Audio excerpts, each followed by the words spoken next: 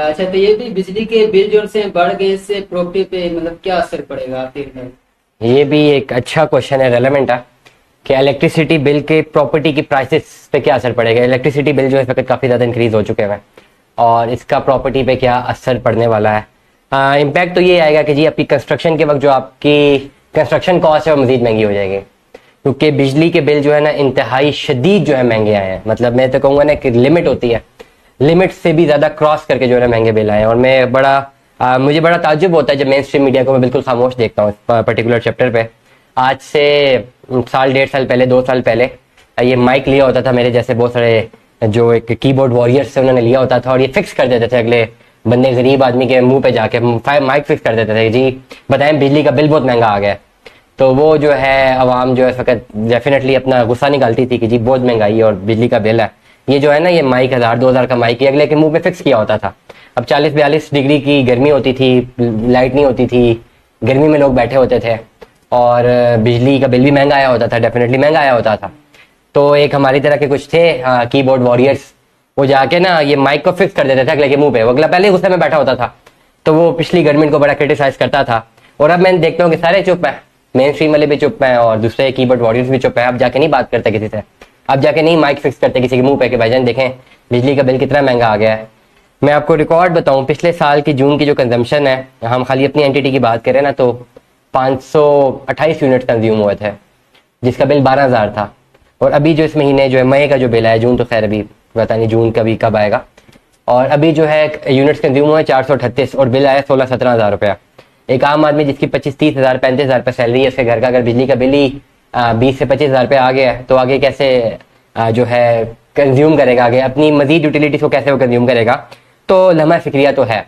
Relevant अगर हम रखें पर्टिकुलर इस बात को अपने टॉपिक के साथ तो ये बात बिल्कुल दुरुस्त है कि बिजली की एनर्जी कॉस्ट बढ़ी है ना। एनर्जी कॉस्ट इसलिए बढ़ी है, एक इसकी रीज़न भी है। एनर्जी कॉस्ट इसलिए बढ़ी है क्योंकि हमारी जो बिजली है वो हम बनाते भी कॉस्ट ऑफ फ्यूल के ऊपर है और कॉस्ट ऑफ फ्यूल जो हमारे ऑलरेडी जो है वो काफ़ी ज़्यादा महंगी है, जिसकी वजह से हमारी डिपेंडेंसी बिजली की प्रोडक्शन पे और फिर बिजली मजीद महंगी मिलती है। कॉस्ट ऑफ फ्यूल महंगा है, बिजली महंगी है और इन दोनों का ना बड़ा ज़्यादा इंपैक्ट है आपकी कंस्ट्रक्शन इकोनॉमी में। अगर आप अपना घर बना रहे हैं तो विदाउट बिजली, विदाउट पानी, विदाउट एनर्जी तो आप बना नहीं सकते।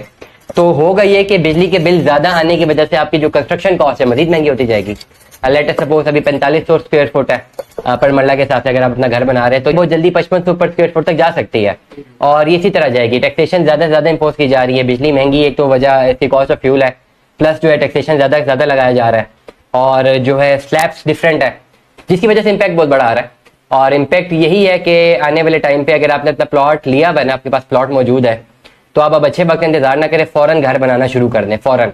और अभी तक अगर आपने साल डेढ़ साल से आपके पास पैसे भी मौजूद थे, प्लॉट भी मौजूद था और आपने अपना घर बनाना शुरू नहीं किया तो आपने बहुत बड़ा ब्लंडर मार दिया। मैं आपको ये बताऊंगा, बहुत सारे ऐसे लोग हैं, मेरे अपने हल्के अहबाब में भी बहुत सारे ऐसे लोग हैं, पैसे रखे रखे बैंक में, प्लॉट भी मौजूद था, घर बनाना शुरू ही नहीं किया।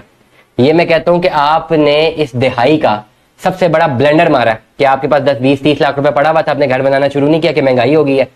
तो अब जो 30 लाख में अगर वो बन जाता है ना स्ट्रक्चर, अब वो 30 लाख में मेरे ख्याल से चुनाइयां भी नहीं होंगी, लेंटर तो दूर की बात है। इतना ज्यादा आउट ऑफ द वे जाके ना महंगाई हुई है। स्पेसिफिकली कंस्ट्रक्शन की मैं बात करूं, हर चीज के रेट आपको डबल ट्रिपल जाके मिलेंगे। तो इस वक्त अगर आपके पास प्लॉट है और घर बनाना एक बहुत बड़ा ख्वाब बन चुका हुआ है और जो एस्टिमेट आपको मिलता है घर बनाने का, लेट अस सपोज अगर आपको भी कोई बंदा बोले ना कि 1 करोड़ रुपए आपका घर बनाने में लग जाएगा तो आप जहन में रखना कि 1.5 करोड़ तक जाएगा। जहन में रखना, अगर वो बोले ना 6 महीने में बनेगा तो आप जहन में रखना साल लग जाएगा। ये रेलेवेंसी रहेगी। तो तमाम तर लोग जो घर नहीं बना रहे, अगर वो देख रहे हैं ना कि बिजली का बिल उनके पास आ गया सामने, बिजली के बिल से उनके लिए एक इंडिकेशन है कि जल्द से जल्द कीजिए अपने बैंक पैसा जो अपनी मजीद डिवैल्यू करने के लिए रखा हुआ है ना तिजोरियों में बंद करके उसको निकालें और अपनी कंस्ट्रक्शन की तरफ डालें ताकि इस पर्टिकुलर इन्फ्लेशन से जान छूटे आपकी। और ओवरऑल जो है डेफिनेटली जब आप पैसा सर्कुलेट करते हैं किसी भी कंस्ट्रक्शन बॉडी में करेंगे तो कंस्ट्रक्शन इकोनॉमी इनहेंस करेगी तो डेफिनेटली कुछ ना कुछ तो मुल्क को भी फायदा होगा ही। लेकिन ओवरऑल अगर मैं कहूँ तो महंगाई ज़्यादा है, इन्फ्लेशन काफ़ी ज़्यादा है और इस वक्त जो हाउस होल्ड की इनकम को मैनेज करना मुश्किल है। ओवरऑल जो जिन लोगों ने अपने पैसे बचा के रखे हुए थे कि वो अपनी सेविंग्स करेंगे, घर बनाएंगे या प्लॉट लेंगे, या जिन लोगों के पास किस्तों में प्लॉट्स मौजूद हैं, मेरा एनालिसिस के मुताबिक अब वो किस्तें भी नहीं दे पा रहे। तो एक लंबा फिक्रिया, लेकिन इंशाल्लाह हम उम्मीद करेंगे कि ये वक्त जो है जल्दी टल जाए, मुश्किल वक्त जल्दी गुजर जाए और इकोनॉमी, जहाँ तक इकोनॉमी का ताल्लुक है, एक आम आदमी को रिलीफ मिले, जितना ज़्यादा हो सकता है मैक्सिमम रिलीफ मिले, अनएम्प्लॉयमेंट कम हो, एम्प्लॉयमेंट रेट बढ़े और आम लोग जो है वो फायदे में रहे, उनकी नीड्स पूरी होती रहे। ये बाकी पॉलिटिकल टेंशन रहती रहेंगी, ये हल होती जाएंगी, लेकिन सबसे पहले जो मैं हमेशा बाब इख्तियार से भी ये रिक्वेस्ट करूंगा इस पर्टिकुलर यूट्यूब चैनल से भी कि जो आम आदमी है उसके मसले को सुने, वो बहुत मुश्किल से अपने घर का खर्चा चला रहा है। बहुत बहुत शुक्रिया तैयब भाई आपका। Thank you.